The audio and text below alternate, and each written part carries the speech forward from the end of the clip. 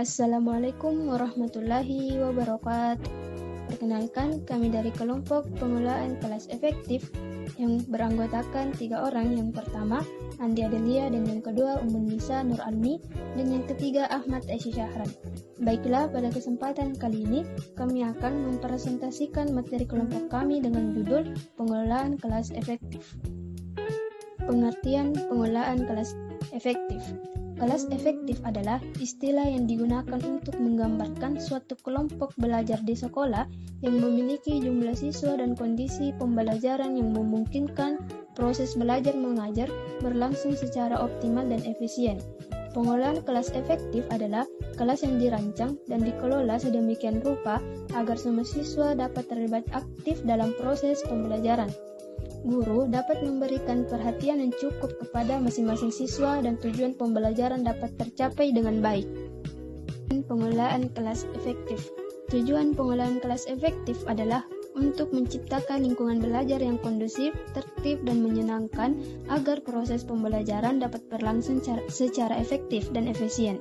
Dengan pengelolaan kelas yang baik, guru dapat mengatur interaksi antara siswa, menanamkan disiplin, serta memfasilitasi berbagai kegiatan belajar yang aktif dan bermakna. Selain itu, pengelolaan kelas bertujuan untuk meminimalkan gangguan, meningkatkan perhatian siswa, serta mendorong keterlibatan mereka secara maksimal dalam pembelajaran. Selanjutnya, pembahasan mengenai prinsip penggunaan pengelolaan kelas efektif.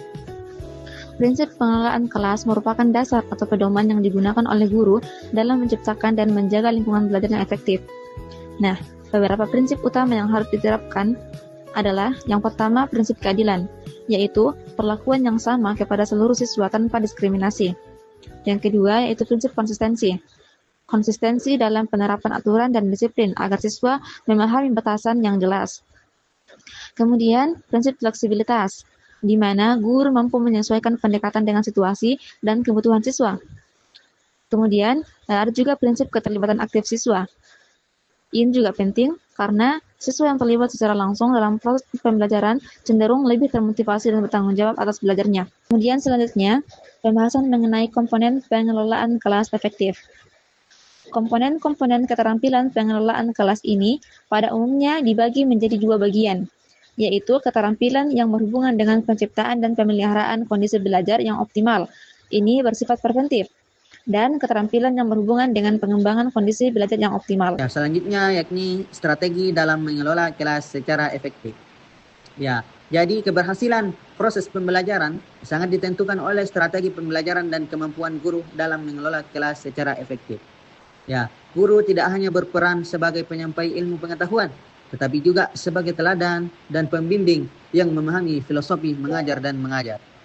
Ya, pengelola kelas yang baik mencakup pembuatan aturan bersama, yakni membangun hubungan positif dengan siswa, penataan lingkungan belajar, manajemen waktu yang efisien, keterlibatan aktif siswa, dan penerapan penguatan serta konsekuensi yang konsisten, dan refleksi rutin terhadap proses pembelajaran. Ya, melalui strategi pengelolaan kelas yang tepat, guru dapat menciptakan suasana belajar yang nyaman, kondusif, dan efektif, sehingga mutu serta kualitas pendidikan dapat meningkat dan tujuan pembelajaran dapat tercapai dengan optimal. Selanjutnya penciptaan iklim kelas yang kondusif. Ya, dapat kita ketahui bahwasanya iklim kerja yang kondusif memiliki peran yang sangat penting dalam mendukung keberhasilan proses pembelajaran di sekolah. Iklim kerja yang baik secara internal maupun eksternal dapat menciptakan suasana belajar yang nyaman, menyenangkan, dan produktif bagi guru maupun peserta didik. Guru berperan utama dalam membangun iklim kerja internal dengan cara mengelola kelas, menciptakan suasana belajar yang positif, serta menumbuhkan semangat belajar siswa. Ketika suasana kerja yang harmonis dan kondusif tercipta, maka interaksi antara guru dan siswa akan berjalan secara efektif. Kerjasama akan terjalin dengan baik, dan tujuan pembelajaran dapat tercapai dengan optimal. Sebaliknya, tanpa iklim kerja yang menyenangkan, proses pembelajaran akan terhambat dan mengurangi motivasi baik bagi guru maupun peserta didik. Ya, mungkin itulah tadi penjelasan mengenai pengelolaan kelas yang efektif. Ya, kurang dan lebihnya mohon dimaafkan. Walillahi taufiq wal hidayah. Wassalamualaikum warahmatullahi wabarakatuh.